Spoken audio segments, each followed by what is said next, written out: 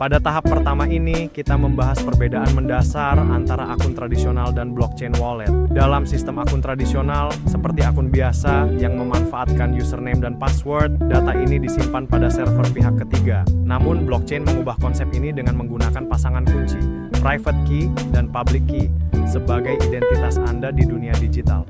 Konsep penting yang perlu dipahami mahasiswa adalah bahwa wallet dalam blockchain bukan sekadar akun biasa. Sebaliknya, wallet berfungsi sebagai antarmuka untuk mengelola kredensial kriptografis Anda, di mana identitas Anda bukanlah nama, melainkan pasangan kunci yang Anda miliki. Tahap ini sangat penting untuk memahami bagaimana blockchain mulai membangun relasi kepercayaan tanpa keterlibatan pihak ketiga, melalui mekanisme yang aman dan transparan. Pada tahap kedua ini, setelah memiliki pasangan kunci, pengguna dapat mulai menyusun transaksi. Transaksi yang telah disusun mencakup beberapa komponen utama, yaitu alamat tujuan, menentukan kemana aset akan dikirim, nilai, jumlah aset yang akan dikirimkan, biaya, fee, insentif yang diberikan kepada validator yang memproses transaksi, data and metadata, berisi data terkait yang sesuai dengan aturan protokol yang berlaku dalam jaringan. Namun, pada titik ini, transaksi masih berupa data terstruktur yang belum mendapat otorisasi.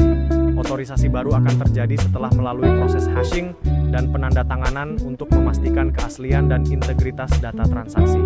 Fase ini penting dalam pembelajaran untuk menekankan bahwa transaksi blockchain bukanlah kejadian yang ajaib, melainkan pesan formal yang diproses oleh jaringan dengan langkah-langkah sistematis dan terstruktur. Pada tahap 3, setelah transaksi disusun, langkah selanjutnya adalah di-hash untuk menghasilkan digest.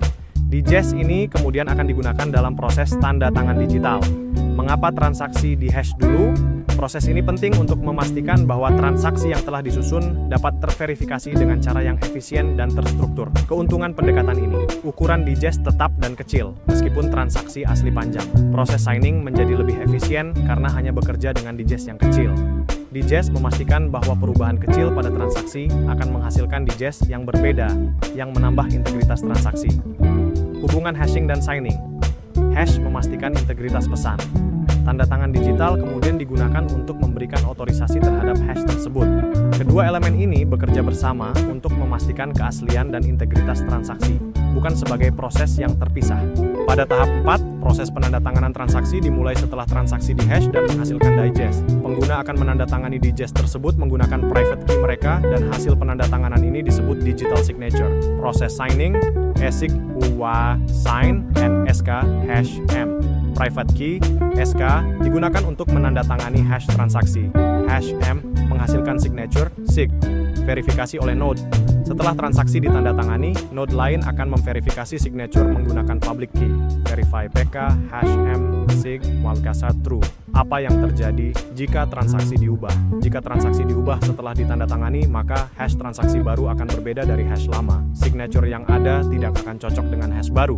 Akibatnya, verifikasi akan gagal dan transaksi ditolak oleh jaringan. Impact. Ini adalah mekanisme yang membuat blockchain aman dari manipulasi setelah penandatanganan transaksi. Pada tahap 5, setelah transaksi ditandatangani, transaksi akan dikirim ke jaringan blockchain. Di sini, node di dalam jaringan akan melakukan verifikasi awal terhadap transaksi yang dikirimkan. Proses verifikasi meliputi hal-hal berikut. Struktur transaksi, memastikan transaksi memiliki format yang benar. Tanda tangan digital, memverifikasi bahwa tanda tangan digital valid. Aturan protokol lain, misalnya saldo cukup atau format valid. Hanya transaksi yang valid yang akan diterima untuk diproses lebih lanjut oleh jaringan. Makna desentralisasi bukan berarti tanpa kontrol, tetapi kontrol dijalankan secara kolektif berdasarkan aturan formal, bukan oleh satu otoritas tunggal. Setiap node menjalankan aturan verifikasi yang sama secara independen. Tidak ada pihak yang bisa memaksakan transaksi tidak valid. Kesimpulan, desentralisasi memungkinkan kontrol yang merata dan transparan, memastikan bahwa tidak ada satu pihak yang dapat memanipulasi transaksi yang tidak sah. Pada tahap 6, NIST menjelaskan mempool sebagai antrean transaksi kandidat yang menunggu untuk dimasukkan ke dalam blockchain. Setelah transaksi dikirimkan, mempool adalah tempat transaksi yang menunggu sampai menjadi final dan dimasukkan dalam blok. Faktor yang mempengaruhi antrean, biaya transaksi. Transaksi dengan biaya lebih tinggi diprioritaskan. Prioritas validator. Validator memilih transaksi yang menguntungkan. Kepadatan jaringan. Jika mempool penuh, ini bisa memperlambat konfirmasi transaksi.